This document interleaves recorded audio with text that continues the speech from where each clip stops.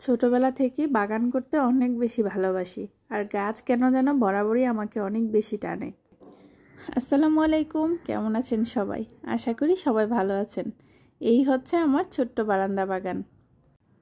এই বাগানের মধ্যে আমার সবচেয়ে প্রিয় গাছটি হলো সন্ধ্যামালতী গাছ।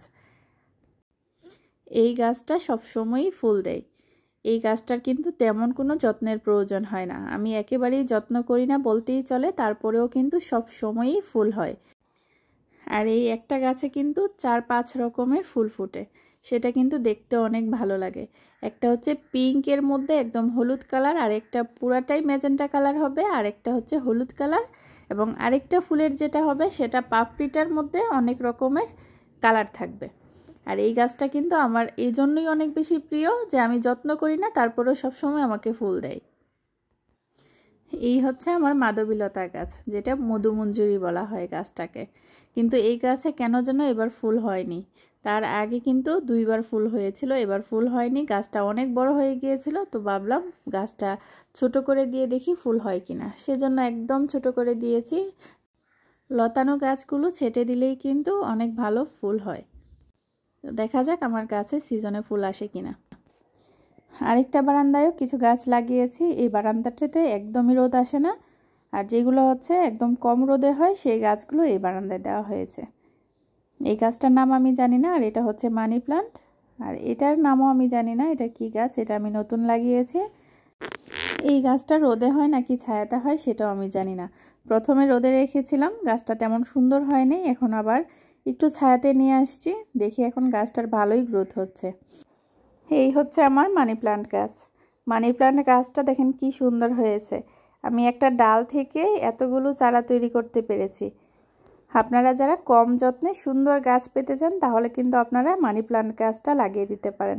মানি প্লান্ট গাছে একদমই যত্নের প্রয়োজন হয় না, খুব কম যত্নে খুব সুন্দরভাবে বেড়ে ওঠে। এই গাছটাতে আমি সবসময় উপর থেকে নিচ পর্যন্ত পানির স্প্রে করে দিই, তাহলে গাছটার শিকড়গুলো সবসময় ভিজা থাকে এবং গাছটাও কিন্তু অনেক বেশি সতেজ থাকে। প্রথমবারের মতো অনলাইনে গাছ অর্ডার করেছিলাম, ডেলিভারি দিয়ে গেল। এখানে 3টা নাগামরিচের গাছ, একটা হচ্ছে কাগজি লেবুর গাছ। আর গাছগুলো কিন্তু বেশ সুন্দর ছিল।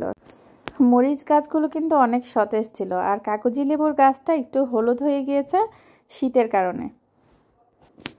গাছ লাগানোর আগে গাছের মাটিটা রেডি করা কিন্তু খুবই জরুরি। আর সুন্দরভাবে যদি মাটি রেডি করা যায় তাহলে কিন্তু গাছটাও অনেক বেশি সুন্দর হয়। এখানে আমি প্রথমেই মরিচ গাছটা লাগিয়ে দিচ্ছি। আর আমার নাগামরিচ অনেক পছন্দ, সেজন্য আমি আমার বাগানে সবসময়ই মরিচ গাছটা লাগালে আমি এই মরিচ গাছটাই লাগাই।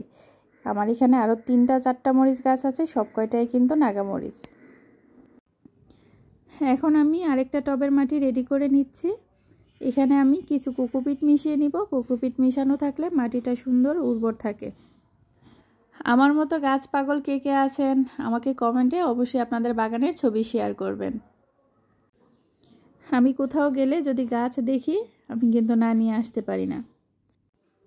যেহেতু আমার বারান্দাটা ছোট, গাছ লাগানোর পর্যাপ্ত জায়গা নেই, সেজন্য আমি গাছগুলো নিয়ে এসে আমার বাবার বাড়িতে নিয়ে লাগিয়ে দিই বা শ্বশুর বাড়িতে নিয়ে লাগাই। আর এই কাগজি লেবুর গাছটা কিন্তু আমি আমার বাবার বাড়িতে নিয়ে লাগাবো। আমার শ্বশুর বাড়িতেও কাগজি লেবুর গাছ লাগিয়েছি। আমার বারান্দা বাগানটা যদি আপনাদের কাছে ভালো লাগে তাহলে কিন্তু অবশ্যই কমেন্টে জানিয়ে দিবেন। সবাই ভালো থাকবেন, সুস্থ থাকবেন। দেখা হবে নতুন কোনো ব্লগে। আল্লাহ হাফেজ।